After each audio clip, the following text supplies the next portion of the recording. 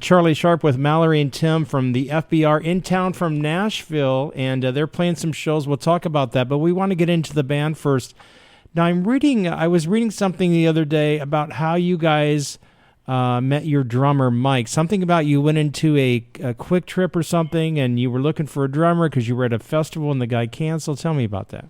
Oh, yeah. So we had a guy in the band when we got the opportunity to play a festival in Franklin called Pilgrimage. Our drummer at the time actually was moving out here to LA, so he wasn't going to be able to come back for the gig. And I had made friends just kind of in passing with some people that worked at a liquor store in a neighborhood not far from where we live. And so I would go hang show posters up in their store and stuff. And so when I went in one day to go buy some stuff to make margaritas, they're like, how's music going? And I said, it's going great. We got a festival slot for Pilgrimage. And I was like, well, we need a drummer. And I'd said that because they told me they had a couple drummers that had, worked at the liquor store, and piped up, and he's like, I'm a drummer. And yeah, he's been our drummer for 2 years now. And we got to give Mike credit as well. He played with Tanya Tucker, so he had he had a pretty big resume. I mean, come on. Yes, he did. We were, that happens in Nashville all the time. You kind of roll your eyes if somebody says, hey, I'm a drummer, or I'm this, or I'm that, or I know somebody, because, of course. But, we found out that not only did he have Tanya Tucker, but he had Goo Goo Dolls. Yeah, he had played with, for many years. He was So he had two, significant major acts, and he was just so humble and so not he was unassuming, like that he had such a successful career, and he's a very sweet soul. Yeah. So tell me, are you guys on your summer tour? Is that correct? Yep, that's what we are doing right now. This is the California leg. We've got a couple back.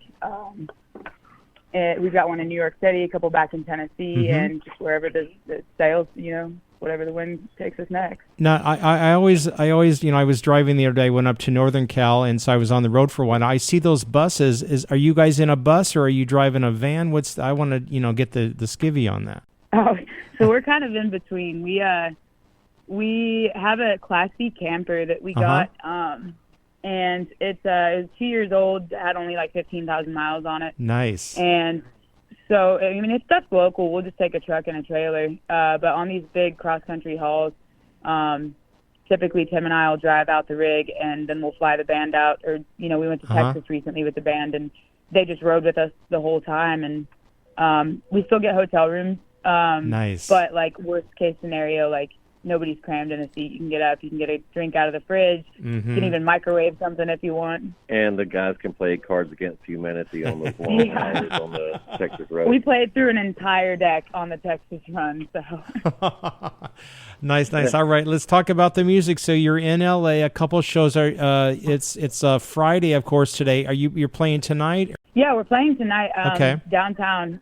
Off of 2nd Avenue. It's called the Den Studios. Yeah. You can find those details on Facebook, but it's 1260 2nd Street. We're playing at 9 p.m. There's a great opener named Mark McKay. American Miles playing with us. It's going to be a really awesome night. And now and that's RSVP based. So. Do you guys put your set list together? Do you have a basic list and then you add songs in different cities? How do you kind of do that? So right now we've really been playing. We play as much as 3-hour shows like we do at 3-6. Wow. So we're really pushing the album right now. We just got an album out in January. So most shows we try and play through the album, and maybe one or two other originals and a cover or two. And typically they're pretty curated. If I'm picking a cover, it's usually got a reason. And it depends on the length of the show. Some of these shows are 40 minutes.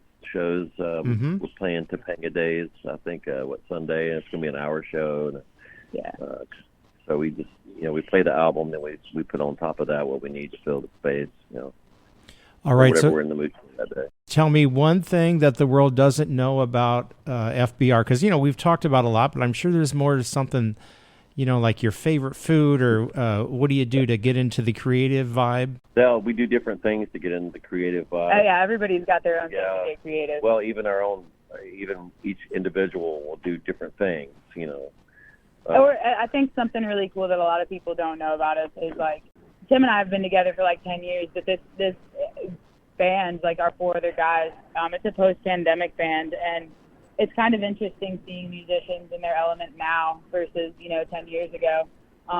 We all want to be adventurous. We want to have fun with this. We do stop at the Buc-ee's. If we see the world's biggest ball of yarn, we're going to stop. We care about the in-between miles too. All right, shout out your socials. Where can we go again? Tonight you're at, tell me again one more time. Yeah, it's the Den Studios. It's off of 2nd Street. It's a RSVP. Just go on our Facebook, which is going to be, or Instagram, the FBR_music. And yeah, we're playing tonight there, tomorrow in Laguna Beach, and Sunday we're playing at Topanga Days at 12:30 on the main stage. And Sunday night we are playing opening for Rob Leans at the Echo, the Grand Ole Echo. All right. I know you had some great margaritas yesterday or last night in Hollywood. Well, when you're in Laguna, you want to go to Javier's for the good margarita. Okay, awesome. Yeah. Thank you. Because, when you're on the road, you're in search for the best margarita, right? Absolutely. All right. Thank you so much, guys. I appreciate it. Thank you. Take care.